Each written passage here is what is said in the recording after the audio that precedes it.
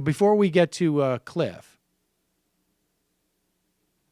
obviously the big story this week has been about the Russian hacking of U.S. cyber assets, including stealing the emails, and the question of whether or not Russia was behind it. And it wouldn't surprise me if they were. I mean, theoretically, we're doing this stuff too, right? I mean, not even theoretically. Definitely. And to a large extent, I'm not worried about Russian-U.S. relations. I don't, if this is just being ginned up, I think it's, I mean, according to Donald Trump, it's being ginned up just because it's a political witch hunt. Total. You imagine a president complaining of a political witch hunt a full 15 days before he's even in office? I mean, that's pretty good. I mean, he's been complaining about a political witch hunt actually forever. Well, yeah, but I mean, this is pretty good, and to that extent, I'm perfectly fine with it. And the big issue now is, or the big selling point that I've been hearing over the past 24 hours is just that, and it seems to be with all the media, and it seems to be with the Republicans trying to get the Donald Trump to perceive what is going on, is that why can't you separate the idea of the election from the hacking? And here is Kellyanne Conway on with Chris Cuomo this morning on CNN. And I have to say, I enjoy this clip for a couple of reasons. One is I find myself wanting both of them to lose the argument. You know, hold on, because I mean, first off, obviously I'm rather skeptical of the CIA and our 17 intelligence agencies. But I am also extremely skeptical of Kellyanne Conway and the Trump administration. And I don't place a lot of faith in Chris Cuomo either. But let's break this down. Believing that she was going to be the next president, so let's not disturb. So shame on them. So shame on them. Well, they politicized it. They politicized it because they didn't even understand America and what was going to happen in the election. So shame on them. But why can't you divorce who's responsible for the hacks from the implications on the election? It seems to be creating a resistance to the intelligence community. It seems to be motivating them. All right. So this whole notion of divorcing who was behind the hacks and the implications it had for the election. First of all, I don't blame Trump for not buying this. I hope they do, because obviously it has implications on the election. That's what it's all about. And really, the real issue about this is I'm not terribly surprised that Russia would do this. And I don't think it had a huge impact on the election. I think there was literally a half a dozen other things that had a bigger impact on the election. But what could very well be problematic, and what we don't know, and what we have strong reason to suspect, is that Donald Trump may have a compromised relationship with Russia.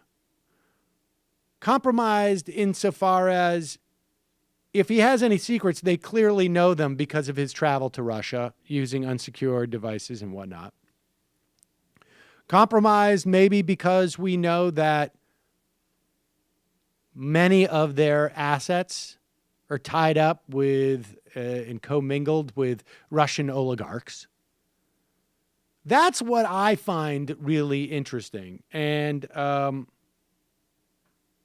but here's Chris Cuomo just taking this tack about divorcing the whatever. I mean, good. Like I say, I disagree with both these guys.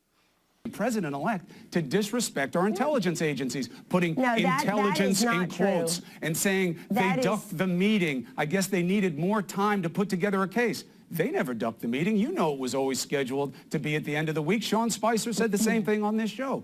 It seems like you can't divorce these two notions, and it's creating a really tough situation. No, I can. I'm perfectly comfortable. I see you're very passionate about this, but sure I am. Russia trying to hack during our election, being ignored by the president-elect, that's troubling. Right. No, it's not. And you're just making conclusions up now. Yes, you are. Has he ever accepted that Russia was behind the hacks? He did nothing but mock the intel community. Chris, he's not mocking. Listen, you're using words like disparagement, mock the intel community. Clapper used the word disparagement. Respect for the, and that's his opinion. And now you're giving your opinion. No, I'm saying what he said. I'm just telling you mocked. what Donald Trump said and wrote in tweets. Not at all. I love you, Kellyanne, and you know. Argue with me. Not at all. Well, look, I'm trying to put the facts out there because you're ducking the obvious, and I don't know why. I'm not ducking. Hey, Chris, by the way, I'm not ducking a thing. Not my style. Here's the deal. The president-elect and all of us who work for him and the vice president-elect, I assure you, are against any foreign interference in the United States of America, including through cybersecurity, which obviously has not been a big priority for the last 8 years. Maybe that'll change.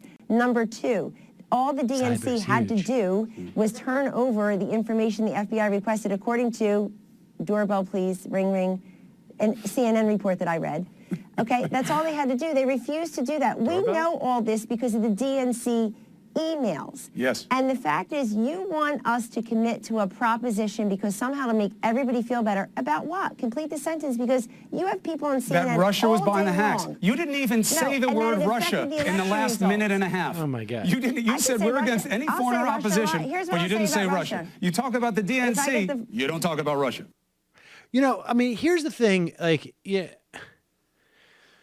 And I guess I could say the reason why we're having these type of conversations is because the president's not sworn in yet. And, you know, you have these other conversations, I guess, with members of Congress when they start to pass laws that, you know, that the new president can sign.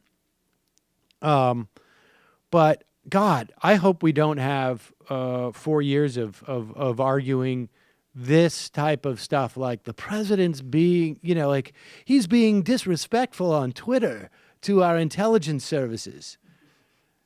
And vote for the Democrats in 2020. Right. No more NSA disses on Twitter. Minor adjustments. Kellyanne Conway comes on and says, I'll have you know that we've moved over to Google Groups for all of our criticism of, but you know, the point is that the real playing field is what's happening in Congress, and Donald Trump is just there to sign off, and to also make you know, to perhaps, to be fair, to perhaps get us into an accidental nuclear confrontation, but there's always that. There's always that. All right, well, let's take a quick. Hey, it's Sam Seder. Why don't you subscribe to this channel? You can do so right over here. Over. Subscribe.